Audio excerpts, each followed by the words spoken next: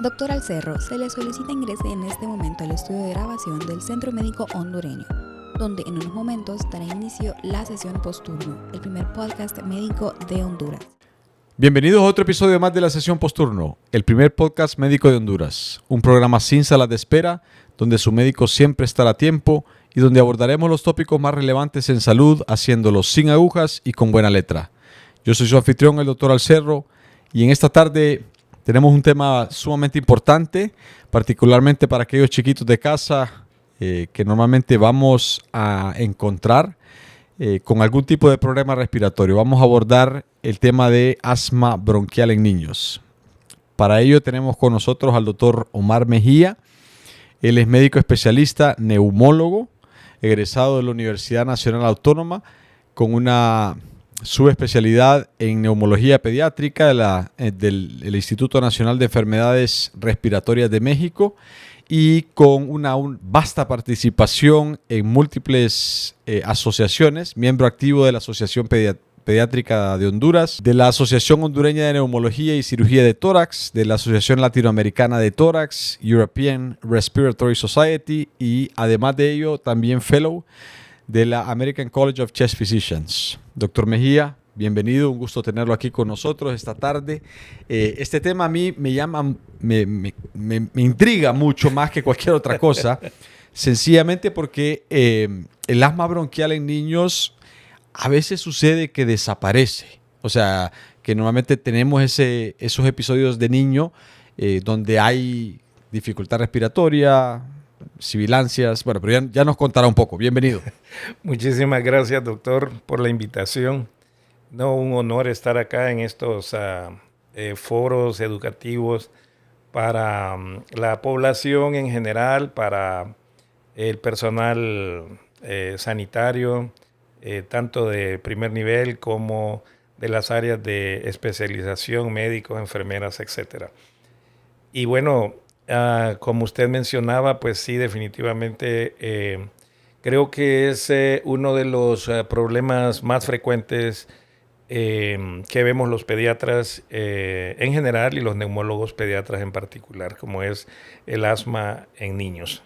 Ahora, generalmente cuando se habla de esta hiperreactividad, eso es lo que yo siempre entendí mientras estudiábamos, que es que de alguna manera hay un estrechamiento de la vía aérea y eso normalmente contribuye a la bulla que normalmente escuchamos en los niños, llamadas sibilancias, pero aparte de eso hay una hiperreactividad donde se produce moco y eso también tapa y lo hace todo esto más difícil.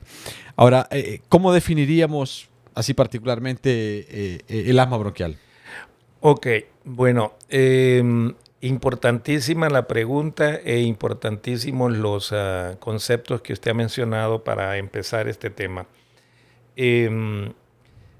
Primero hay que establecer lo que nos enseñaban desde que estábamos en la Facultad de Medicina empezando a estudiar la carrera, de que no todo lo que silba es asma. Y eso es un concepto viejo, pero sigue completamente vigente. Sí.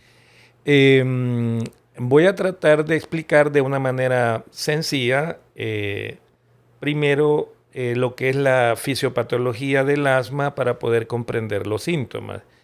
En el asma, lo que ocurre en primer lugar es una inflamación crónica de la vía aérea. Eso básicamente es la definición conceptual de asma. Sí. Primero, que hay una inflamación, que era un concepto que antes no se tenía.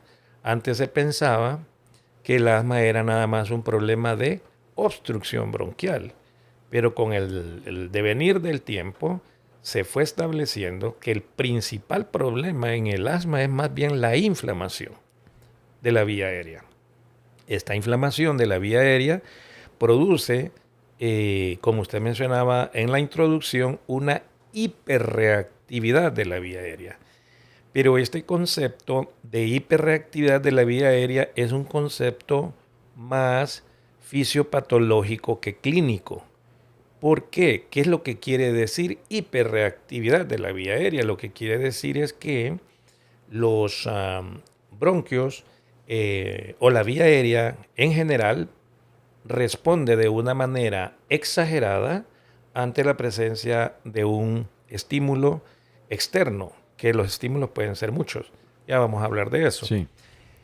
Entonces, la inflamación de la vía aérea produce además, o sea, hay una gran cantidad de mediadores inflamatorios que producen esta hiperreactividad de la vía aérea. ¿Qué es lo que sucede? Que un niño o adulto, igual es el concepto, que no tiene esa predisposición a hacer hiperreactividad, de repente al exponerse, por decir algo, a olores fuertes, lociones, detergentes, perfumes, polvo, un virus, el clima frío, etcétera, pues no le pasa nada. Sin embargo, el paciente que ya tiene la predisposición al exponerse a estos agentes externos desencadena una hiperrespuesta, es una hiperreactividad de la vía aérea y eso contribuye a producir la constelación de síntomas. El otro problema que se da en el asma, también producto de la misma cascada inflamatoria, es que se produce una broncoconstricción. Sí. Es decir, que como los bronquios dentro de su estructura anatómica tienen músculo liso, al producirse estos fenómenos inflamatorios, el músculo se cierra, ¿verdad? Se constriñe y obviamente el bronquio disminuye la luz y todo esto también genera aumento en la producción de moco. Entonces tenemos básicamente 4 cosas. Tenemos inflamación, tenemos hiperreactividad de la vía aérea, tenemos broncoconstricción y producción de moco.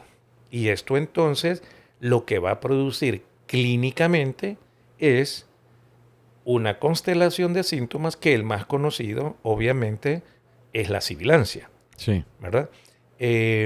Ahora, en la definición del asma hay que tener claro 2 cosas.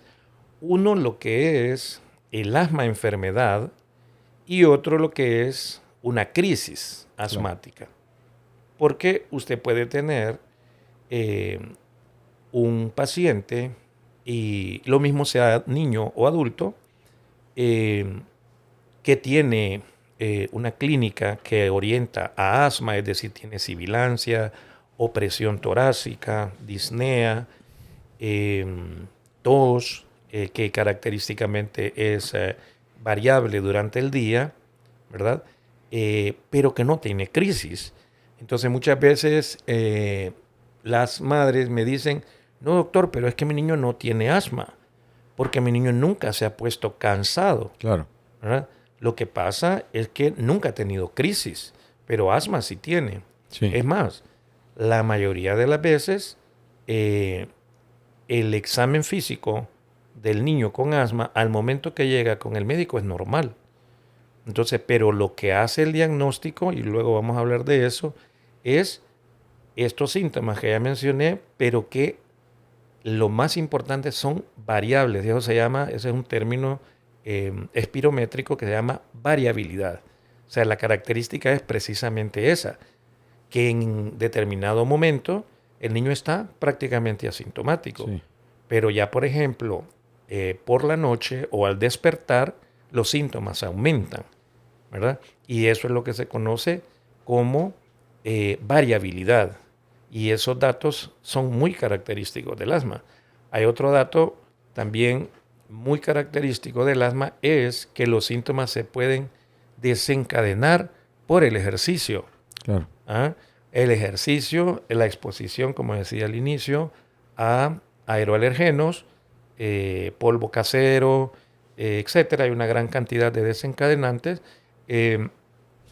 que el paciente tiene. Aumenta la sintomatología cuando se expone a estos aeroalergenos o cualquier otro tipo de alergeno o cuestiones emocionales o, por ejemplo, la risa, el llanto o una cuestión de estrés. Hay niños que, por ejemplo, el estrés les desencadena síntomas.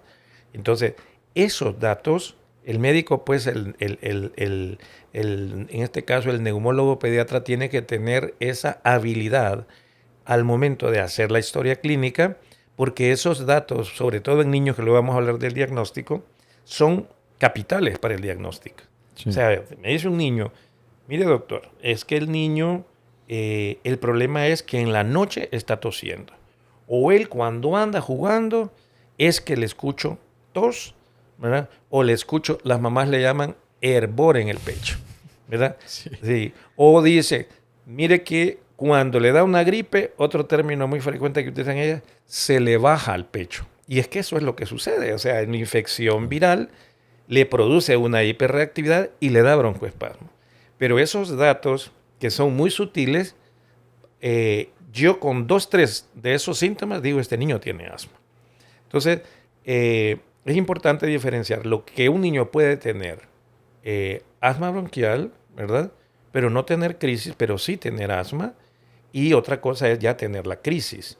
La crisis es cuando los síntomas, como su nombre lo indica, se exacerban. Claro. Es decir, las sibilancias aumentan, el niño tiene dificultad para respirar, tiene tiraje. Tiraje es que se le hunden las costillitas o debajo de las costillas, tiraje subcostal, ¿verdad? La sibilancia, el aumento de la tos, el aumento de la frecuencia respiratoria, y en la medida que la crisis es más severa, obviamente pueden haber ya alteraciones del sensorio, el niño puede estar irritable, somnoliento, etc.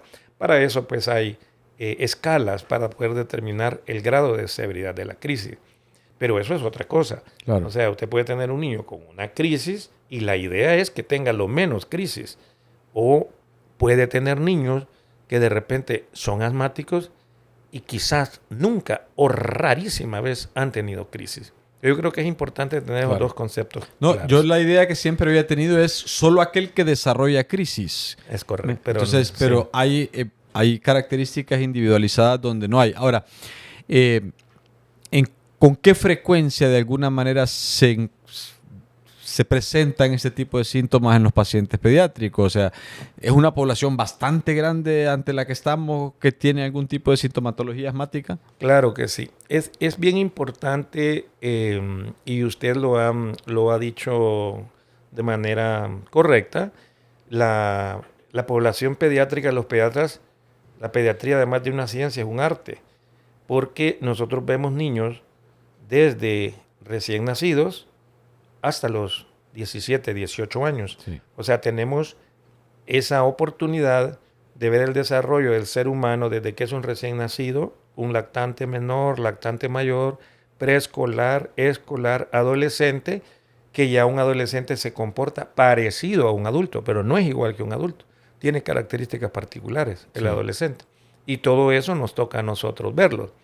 Y la forma de presentación es diferente entre un niño pequeño y un niño mayor de 6 años.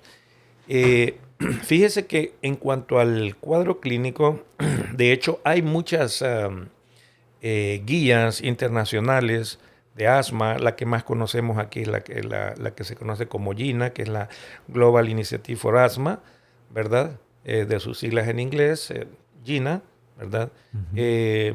Y esas guías, hay muchas más, hay unas guías británicas, hay varias, pero esa es una de las que se conocen mucho. Esas guías se están actualizando año con año. Y ahorita ya está la guía 2023, Sí. ¿verdad?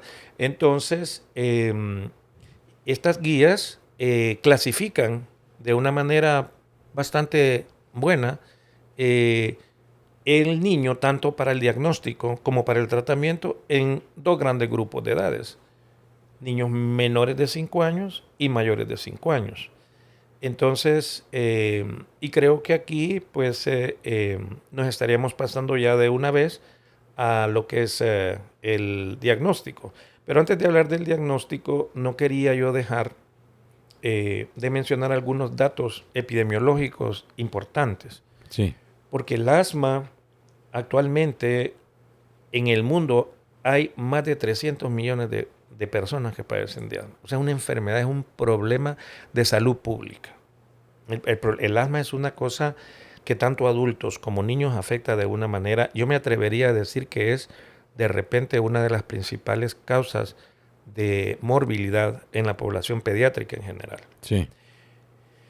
¿Y cuál es la prevalencia qué sería el otro tópico antes de pasar a cómo se diagnostica el asma? Es la prevalencia del asma en niños. Hay estudios que varían de países a países. Hay un estudio que se llama Estudio ISAC, que se hizo en Centroamérica y Panamá, que habla que esta prevalencia anda de alrededor dependiendo de cada país, desde un 9, 10 hasta un 23%. Y otro punto importante es, y usted lo mencionó al principio, y qué bueno que mencionó ese punto, para aclararlo, porque fíjese que casi el 50% de todos los niños presentan por lo menos una vez en su vida sibilancia y no son asmáticos. Interesante. Claro. ¿Por qué? Por lo que usted también mencionó al inicio. ¿Cómo es que un niño tiene sibilancia y le dan 2, 3 cuadros bronquiales obstructivos y después nunca más vuelve a presentar sibilancia? Entonces, eso se le llama en la literatura médica, más de neumología pediátrica, se le llaman dilemas diagnósticos, porque son verdaderos, pero son dilemas científicos. Sí. ¿Por qué? Porque justo eso es lo que pasa. Entonces usted puede tener un niño que presenta un resfriado común.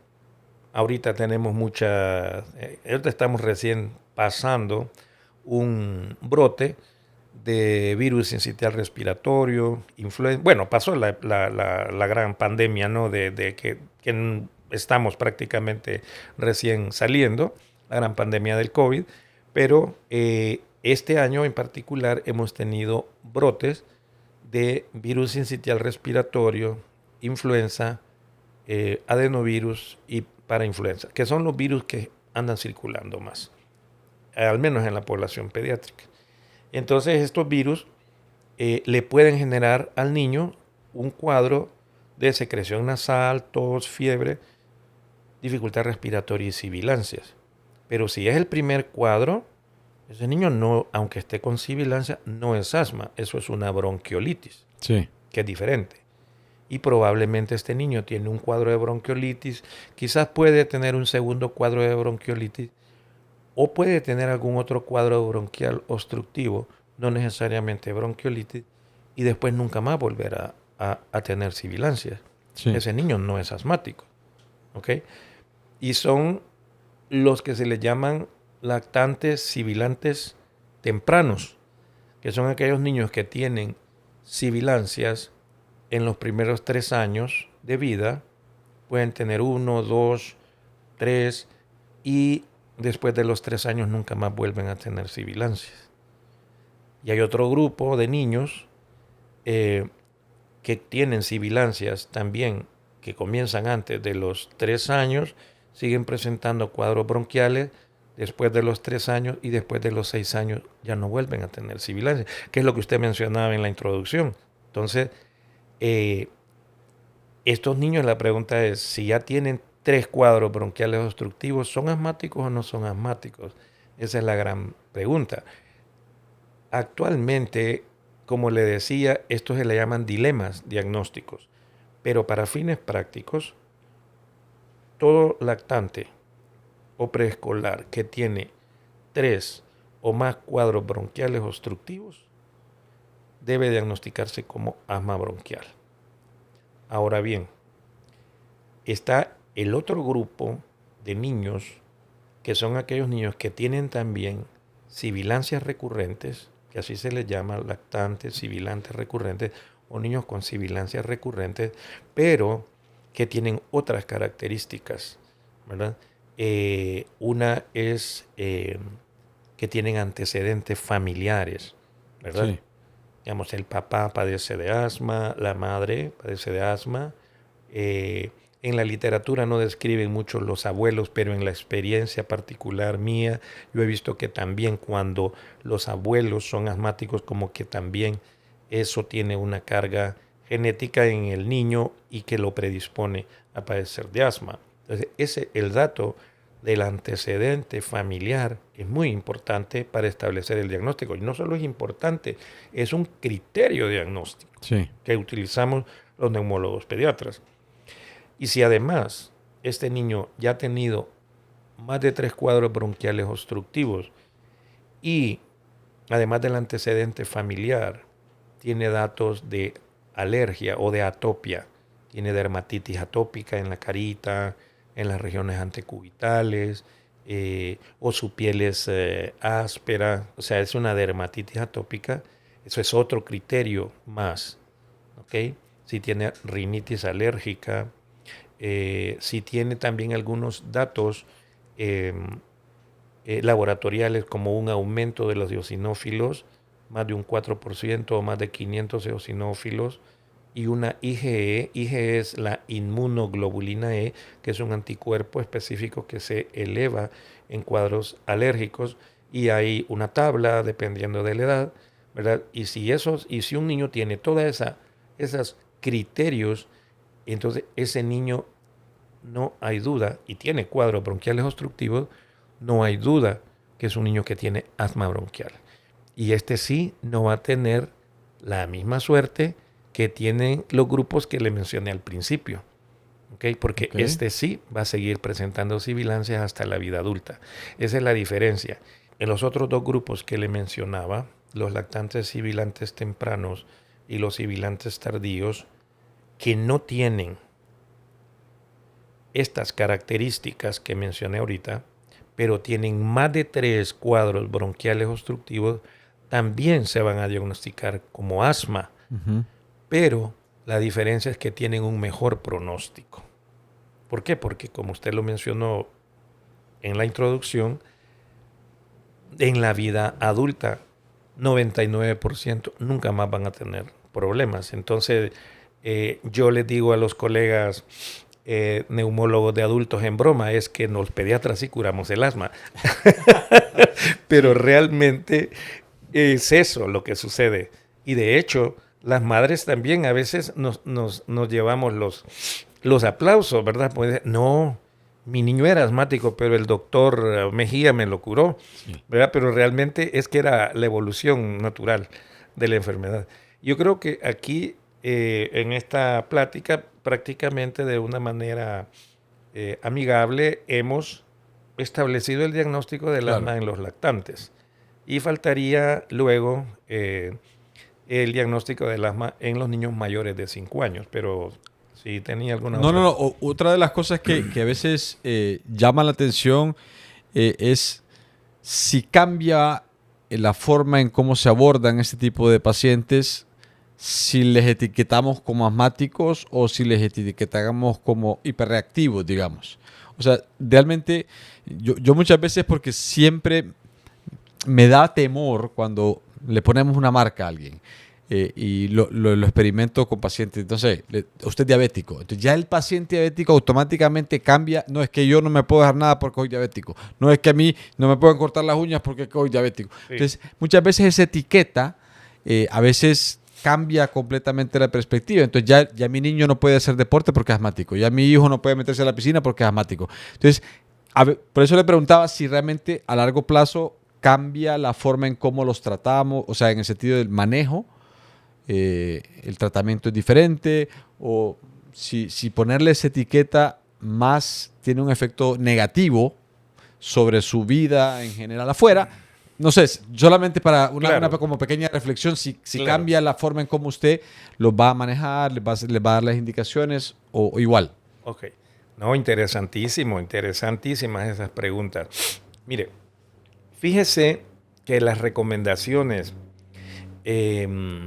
internacionales más bien están en pro de que si de veras tiene criterios diagnósticos de asma, es mejor decirlo. Sí. Sí. ¿Por qué razón? Porque lo que generalmente sucede es que si la madre o el padre no lo enfocan como deberían enfocarlo, entonces lo tratan como que tuviese un resfriado común. Claro. La lucha es más bien al revés. Okay. La lucha es más bien que si el niño ya ha tenido, por ejemplo, 4 veces, nosotros decimos 4 cuadros o 4 síndromes bronquiales obstructivos en su vida, ese niño va a seguir presentando sibilancia. Imagínense que este niño tuviese 2 años y que sea un sibilante tardío. Él está en el grupo de sibilantes tardíos, que va a estar presentando sibilancias probablemente hasta los 4, 5, 6, 7 años y probablemente después ya no. Pero con cada cuadro bronquial inflamatorio se está produciendo, como su nombre le indica, inflamación de los bronquios y eso no es bueno. Entonces es preferible aquí sí pecar por exceso que por defecto. Es preferible a este niño tratarlo como asmático, aunque yo tengo esa, si no certeza, porque en medicina 2 más 2 no es 4, lo sabemos, pero tengo una alta probabilidad de que este niño, cuando ya esté grandecito, va a dejar de presentar sibilancias. Pero estamos hablando probablemente de 4, 5, 6 años. Durante ese tiempo tengo que tratarlo como asmático. Sí. Porque si no me puede hacer crisis, porque va a ser crisis igual que cualquier niño asmático. Hay muchos conceptos populares, ¿verdad? Que si el niño es asmático tiene que nadar, que la natación es para curar el asma, ¿verdad? Y no digo que sea malo el ejercicio, ¿verdad? Sí. Sí, claro que es bueno, ¿verdad? Yo tengo niños pacientes aquí en mi consulta privada que son atletas, son asmáticos. Tengo presente ahorita una nena que es una jovencita, como de 15, 16 años, que está en la selección de básquetbol. La otra está en varios tipos de actividades deportivas. Claro. O sea que el asma lo que hay que hacer es controlarla, y una vez que está controlado, el niño debe llevar una vida normal. Pero luego hablamos un poco más, si quiere, de lo que es el tratamiento. Y luego otra pregunta en esa dirección es, y lo mencionaba usted previamente, que de alguna manera hay algunos que en su fase de maduración o de crecimiento de niño lactante a niño un poquito más grande, hay un momento donde pudieran remitir los síntomas. ¿Eso se entiende o se sabe por qué sucede? ¿Es sencillamente por concepto de maduración pulmonar? Su cuerpo crea un poco mejor de defensas para que no exista esa hiperreactividad.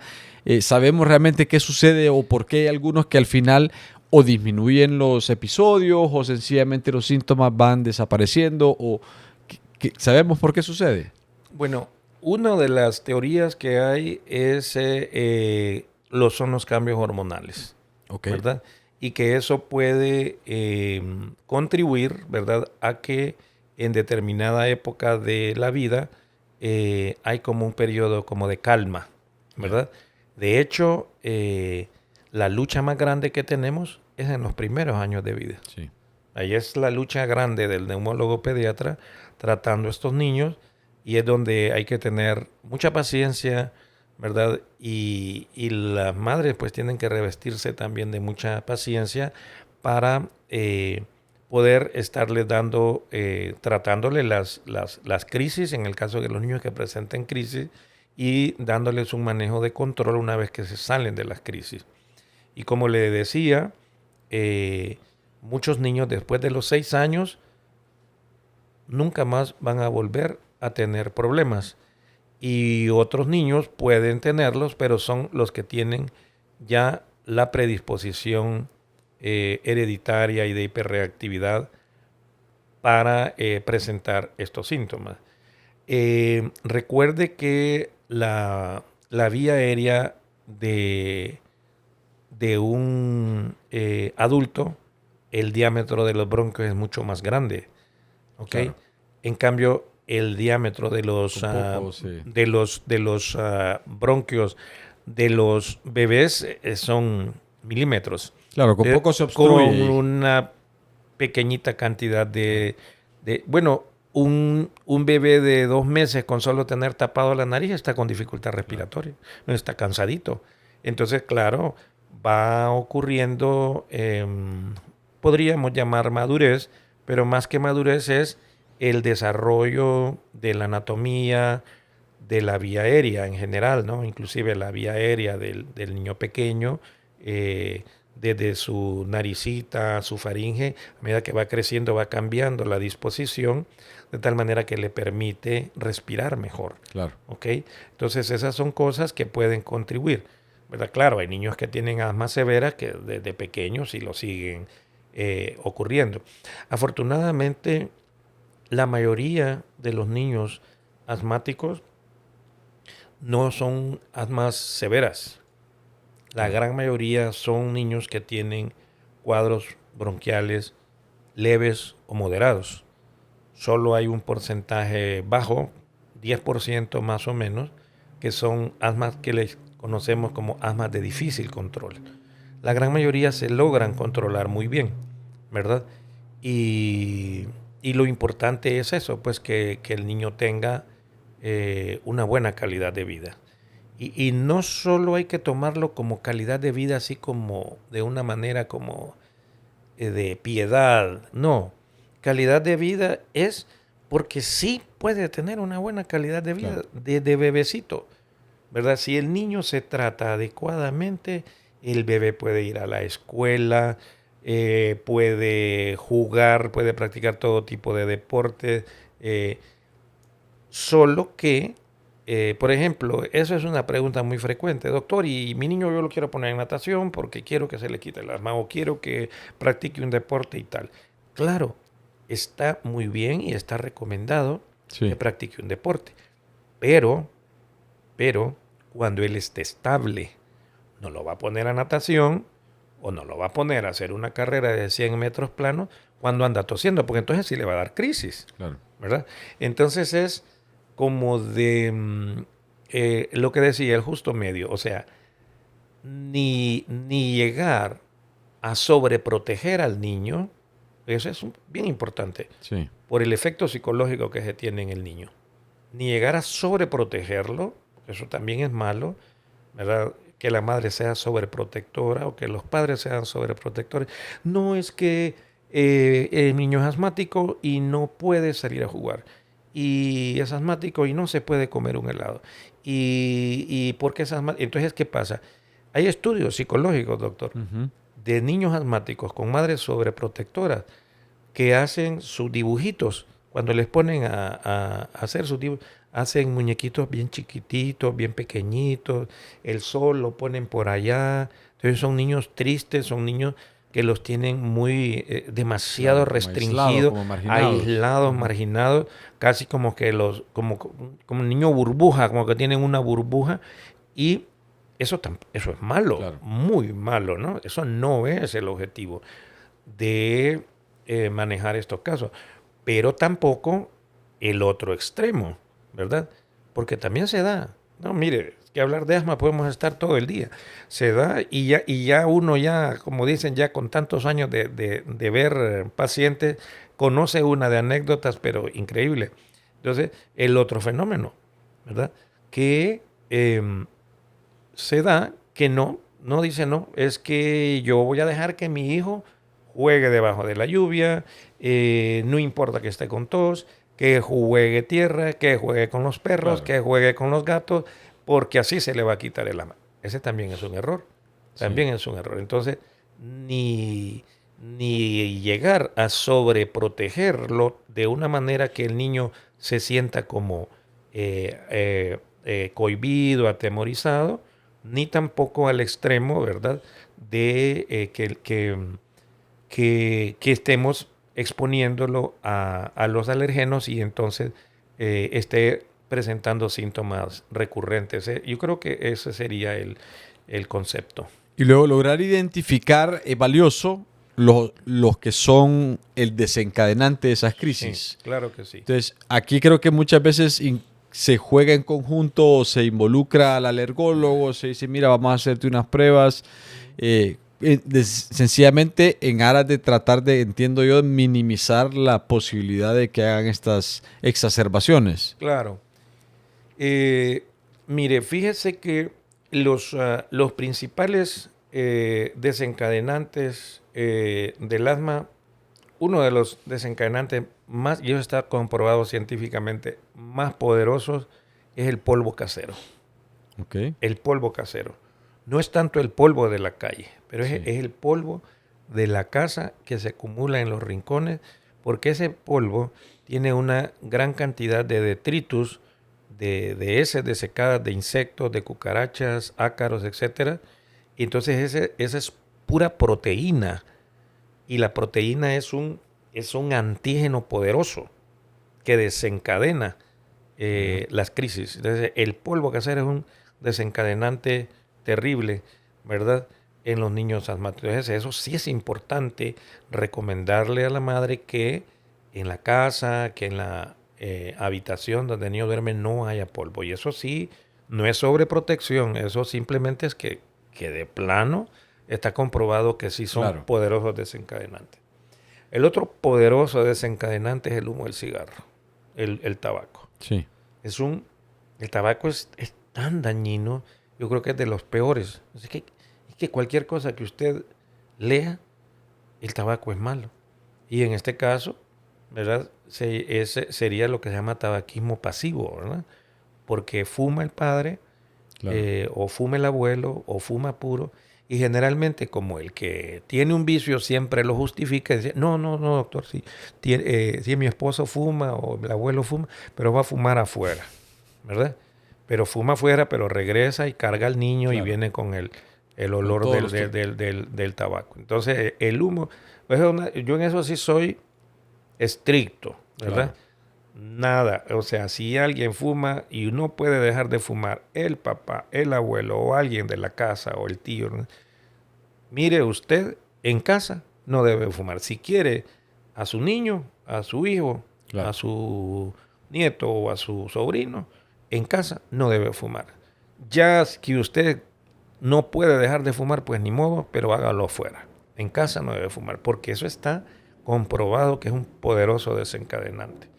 Hay un montón de desencadenantes, la humedad, por ejemplo, es también importante, creo yo que se los podría mencionar como en orden de importancia, ¿verdad?, en eso que le estoy diciendo, ácaros del polvo, el humo de tabaco, la humedad que generalmente facilita la proliferación de hongos, y los hongos, hay paredes de casas que son muy húmedas, Muy viejas, que inclusive tal vez, ¿eh? viejas, o que inclusive se forman hasta como mapas de la humedad, de los hongos. Un niño que vive en ese ambiente es un ambiente muy, muy negativo. Fíjese que a propósito de eso, se me viene a la mente ahorita que también hay un concepto de que, no dice, es que le digo, en asma hay tantas cosas que la gente, hay tantos eufemismos y hay tantas creencias. Por ejemplo, dicen, no, tiene asma y que se vaya para Choluteca, o se vaya para San Lorenzo, ¿verdad?, porque es caliente, o que se vaya para San Pedro o para Claro. Cortés porque es caliente. Pero eso no es así, porque ¿qué pasa, por ejemplo, en las costas? En las costas, en nuestras costas, ¿verdad?, lindas costas que tenemos, costa sur, costa Sí. norte, ¿verdad?, pero clima de 35 grados, en época de verano, 35, 38, 40 grados. En época de invierno, probablemente 34 grados centígrados con humedad. Entonces usted está combinando ahí dos cosas importantes. Cuando llueve, mucha humedad con calor. Un ambiente propicio para la proliferación de hongos y de humedad. Y como hay calor y como no todo el mundo tiene acceso a tener aire acondicionado, ¿qué es lo que usa? Ventilador, ¿verdad? Y entonces hasta tienen ya las mamás según ellas, sus tácticas. No, es que yo le pongo el ventilador, pero el ventilador que pegue en la pared y después que le vuelva al niño. Entonces es peor, porque entonces el ventilador está tirando aire hacia la pared y está levantando el polvo de la pared, Claro. y lo está respirando el niño. Entonces, paradójicamente es preferible que tenga aire acondicionado. Le digo, no, si puede, Claro. es preferible que haga un ambiente agradable con aire acondicionado, que la temperatura esté agradable, que no haya polvo, que no haya humedad. Pero obviamente no todas las madres tienen acceso a eso. Entonces, más bien en las costas o sea, en los lugares pues casi a nivel del mar, muy calurosos, más bien tenemos más incidencia y prevalencia de asma. Contrario, por ejemplo, a un lugar que se me ocurre aquí, Valle de Ángeles, aquí en Tegucigalpa, aquí en la zona central, perdón, que es un clima agradable, ¿verdad? Pero si usted logra controlar los aeroalergenos, de repente un niño asmático puede estar mejor. En la actualidad, doctor, diría que el tratamiento o el enfoque del tratamiento está casi que centralizado en controlar la inflamación, o realmente, digo, pensando de que ese es como de acuerdo a lo que ha platicado, lo central, ¿no? Que la inflamación dentro de la vía aérea ha sido lo central. Entonces, estamos realmente tratando casi que el 90% ahí, y el resto de los síntomas acompañantes, o más o menos, ¿cómo se está haciendo actualmente?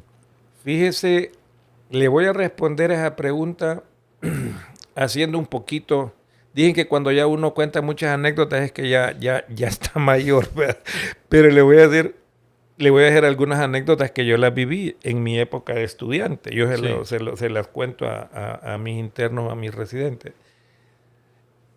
Cuando yo era estudiante de medicina, usar esteroides en asma era un demérito. Usar esteroides lo satanizaba, Claro. ¿verdad? Entonces, No todavía, doctor. Sigue siendo bueno, me imagino, muy mal visto. Bueno, sí, pero en aquel tiempo todavía Claro. más. Y decía, usar esteroides. Entonces, ¿qué pasaba? Los pacientes asmáticos, estoy hablándole de hace que 30 años, por ahí, más o menos, 3 décadas, bastante. Y eso yo lo viví. Entonces ahí, ¿cómo se manejaba el asma? Teofilina, tomada, ¿verdad? Que es un broncodilatador, una metilsantina, salbutamol en jarabe, ¿verdad? Un broncodilatador. Otro dilatador. Y nada más. Y algo para la alergia. ¿Qué estaba tratando estábamos? Porque eso era lo que se sabía, pues, hace 30 años. No sé si estoy bien con el tiempo, pero más o menos por ahí. Solo estaba tratando el broncoespasmo. No estaba tratando la inflamación. Y tenía que ser un paciente que realmente tenía un asma casi fatal, que usaba esteroides. O sea, porque no usaba esteroides. Había lo que se llamaba la esteroidofobia. Y todavía sigue siendo. Sí. Pero antes era peor. Entonces, ¿qué es lo que ha pasado? Se ha visto que uno de los tratamientos que tiene evidencia científica o sea, la mayor evidencia científica en el tratamiento del asma, es el uso de los esteroides, o sea, los antiinflamatorios. ¿Por qué? Por lo que usted mencionó al principio. Por eso hemos venido desde la definición y hemos venido desglosando el tema, ¿verdad? De una manera que la ha manejado muy bien usted. Sí. Y entonces el tratamiento, así como lo que sabemos que es lo que produce el problema, entonces el tratamiento también va principalmente dirigido a desinflamar, ¿verdad? Y entonces aquí, para hablar de tratamiento, obviamente hay dos partes. Uno, lo que es el tratamiento de ataque, que se llama, que sería cuando el niño viene con mucha sintomatología, cuando viene muy inflamado, ¿verdad?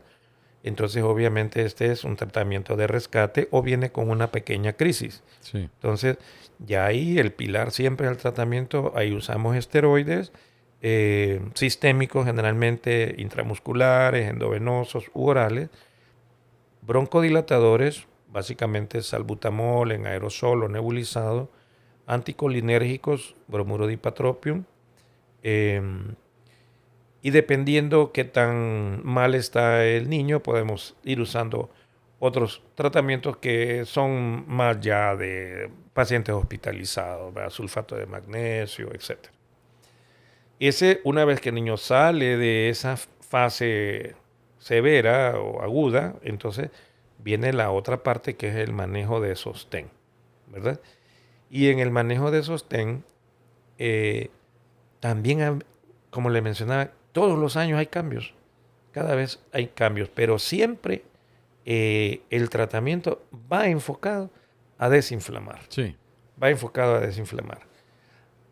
Hace algunos años se utilizaban, por ejemplo, esteroides inhalados separados de los broncodilatadores.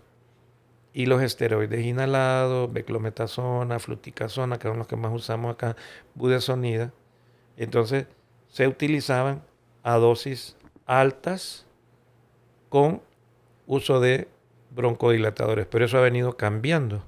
Y entonces ahora, lo nuevo, lo más, como dicen, calientito que hay, es que ya casi, por lo menos en niños mayores de 6 años y quizá mayores de 4, es ya utilizar en el manejo de sostén principalmente lo que se llama terapia combinada de un broncodilatador, pero de acción sostenida, que es el formoterol, con un esteroide inhalado, ¿verdad?, que es la budesonida. Y las guías actuales, tanto en niños, ya en niños, por lo menos niños de más de 5 años, la tendencia es a usar estos nuevos medicamentos que se llama terapia combinada de broncodilatadores de acción sostenida con esteroides inhalados que pueden ir cambiando.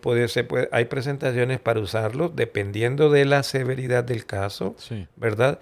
En dosis que le llaman dosis bajas, dosis medias o dosis altas, ¿verdad?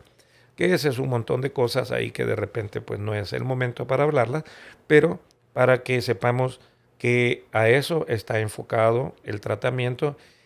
Y ojo, muy importante, no a estar utilizando broncodilatadores de acción rápida, porque ese es un error. Y qué bueno que hablamos de ese tema, que me recordé de eso. Esa es una práctica muy mala en el tratamiento de sostén del asma. Es solo estar utilizando voy a decir el nombre, salbutamol, Sí. sea la marca que sea, cada vez que me siento mal, Claro. se pone 2 puffs y ya sigue, ¿verdad? Y en el checklist que hace uno del paciente, con qué frecuencia utiliza el beta-2 agonista de acción rápida, o sea, el salbutamol, cuanto más frecuentemente lo está usando, indica pobre control de la enfermedad, Claro. ¿verdad? Entonces, ¿el objetivo cuál es? El objetivo es utilizar beta-2 agonistas de acción sostenida, puede ser formoterol, puede ser salmeterol, pero últimamente le digo, lo más nuevo es más utilizar formoterol con budesonida. Pueden ser dosis medias, dosis bajas, dependiendo de la severidad del caso, dosis bajas, medias o altas, ¿verdad? Y el otro tratamiento pues también son los inhibidores de leucotrienos, el Montelukast, y obviamente cuando hay exacerbaciones pues manejarlas de esa forma. Porque creo que con eso contesto la pregunta. Excelente. Una última consejo, digamos, que siempre me gusta que podamos dar algún tip a la gente que nos escucha, particularmente ya sea de decir qué cuidados son importantes o de pronto signos de alarma o alguna cosa que usted diga que la gente se pueda llevar, que debe siempre de recordar cuando tenemos un paciente ya sea diagnosticado o en proceso de diagnóstico en el caso de asma bronquial. Obviamente un niño que no se está alimentando bien, sobre todo en los lactantes, ¿verdad? Un niño que tiene dificultad para alimentarse, que tiene vómitos y que está con dificultad respiratoria es un signo de alarma. El niño está mal. El niño tiene que llevarlo a la emergencia, ¿ok? Y mencionaba que en el caso de niños grandecitos, ya niños de más de 5 años, se puede utilizar también la medición del FEN o flujo expiratorio máximo, ¿verdad? Que para esto se entrena a la mamá, ¿verdad? O se educa más bien para que sepa utilizar el flujómetro, ¿ok? Entonces ya se establecen cuándo es cuál es un FEN normal, que eso estaría con una viñetita verde. Un FEN ya que indica alarma sería que se encuentre en la viñetita anaranjada, y ya rojo, que ya indica mayor alarma. Entonces, no está muy popularizada en nuestro medio la cultura de utilizar el flujómetro, pero realmente es la forma más objetiva de poder medir el grado de obstrucción bronquial en un niño ya mayor de 5 años. Pero obviamente también la parte clínica que ya mencioné son datos importantes que la madre debe de vigilar, y en estos casos puede utilizar, aquí sí es importante, de manera inicial, entre tanto busca atención médica, utilizar, por ejemplo, los beta-2 agonistas de acción rápida como el salbutamol, bien sea nebulizado o bien sea en aerosol. Los aerosoles se tienen que aplicar con aerocámara. Se pueden poner 2 puff y puede repetir la siguiente dosis unos 30 minutos. Entre tanto, buscan asistencia médica. Esos serían como los signos de alarma que más importante de tener presente. Y en cuanto a lo que es algunas recomendaciones finales en cuanto al manejo, tratar el asma solo con medicamentos y olvidar la parte de la educación, prácticamente no estamos en nada. Sí. Usted puede darle el mejor tratamiento del mundo que se esté utilizando en Europa, Estados Unidos, donde sea, pero si no hay un control adecuado del ambiente, ¿verdad? Si no se evita, por ejemplo, lo que ya mencionamos, polvo casero, corrientes de aire frío, humedad, humo de tabaco, etcétera, puede darle el mejor tratamiento del mundo y el niño siempre va a estar recayendo. Si el papá o el abuelo sigue fumando y el niño sigue exponiéndose al humo del cigarro, aunque le esté dando lo mejor de tratamiento, claro, no va a mejorar. El otro punto importante es utilizar de manera adecuada los aerosoles. Hay mucha desinformación sobre el uso adecuado de los aerosoles y hay diferentes dispositivos, ¿verdad?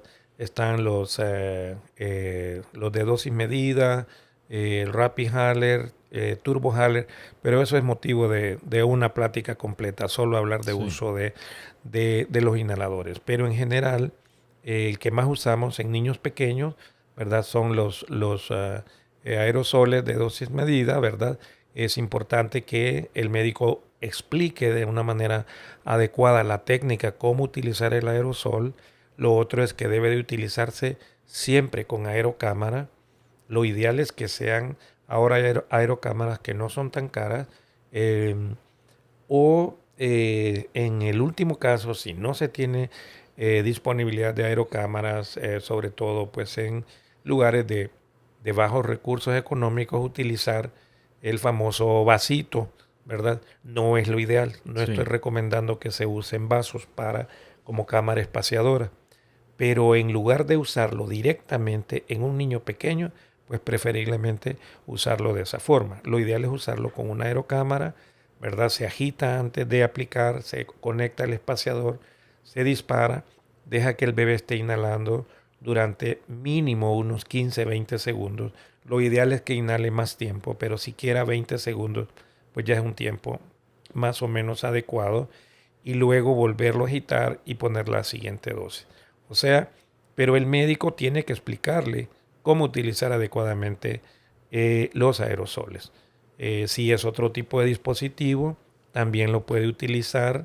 Inclusive ahora hay técnicas de educación para usar distintos dispositivos, Turbo Inhaler o Discus, en internet, ¿verdad? También puede meterse a internet y ahí le explica, pero debe de usarlo de manera correcta. ¿Por qué? Porque si no lo usa de manera correcta, entonces no le está dando la dosis adecuada, ¿verdad? Sí. Y entonces fracasa el tratamiento, ¿verdad? Y finalmente la adherencia, que la madre tiene que seguir las indicaciones como el médico lo indica, y estar en comunicación con su médico, ¿verdad? Si hay dudas, ¿verdad? Y lo otro es el control, como decía al principio, para que haya éxito en el tratamiento. Es imposible en una sola consulta poder resolver el problema. Tiene que mínimo, dependiendo la severidad del caso, al principio podría ser una evaluación, si es una crisis, una evaluación posterior, una vez que el paciente se va de alta en unos 8 días, y posteriormente puede tener controles cada 2 o 3 meses, dependiendo cómo vaya mejorando el problema. Pero de esa manera se logra que el niño logre tener una estabilidad, que no tenga síntomas ni en el día, ni en la noche, ni con el ejercicio. Sí. Ese es el objetivo final. Eso se llama lograr el control total del asma. Y sí se puede, No hay que tener temor al diagnóstico de asma, ¿no? Al contrario, es una enfermedad muy común, sobre todo en la población pediátrica. Lo que hay que hacer es tratarla. Y si se trata, es un niño que va a tener una excelente calidad de vida. Va a tener una vida normal. Va a ser un niño que no va a tener ausentismo escolar. Sí. Va a ser un niño que va a poder correr, va a poder hacer el ejercicio que quiera hacer. Puede ser atleta, puede ser todo. Lo único es adherirse al tratamiento y seguir todas estas recomendaciones. Creo que eso sería mi recomendación final. Doctor Mejía, muy agradecido por el tiempo que ha compartido con nosotros. Se pasó, como lo mencionábamos fuera de micrófono, sumamente rápido. De nuevo, muy agradecido con que nos haya visitado. Todas esas recomendaciones creo que van a ser de enorme utilidad para todas nuestras madres y los pacientes que de alguna manera también lo padecen. Muchas gracias a usted, doctor. Un honor. Hasta la próxima.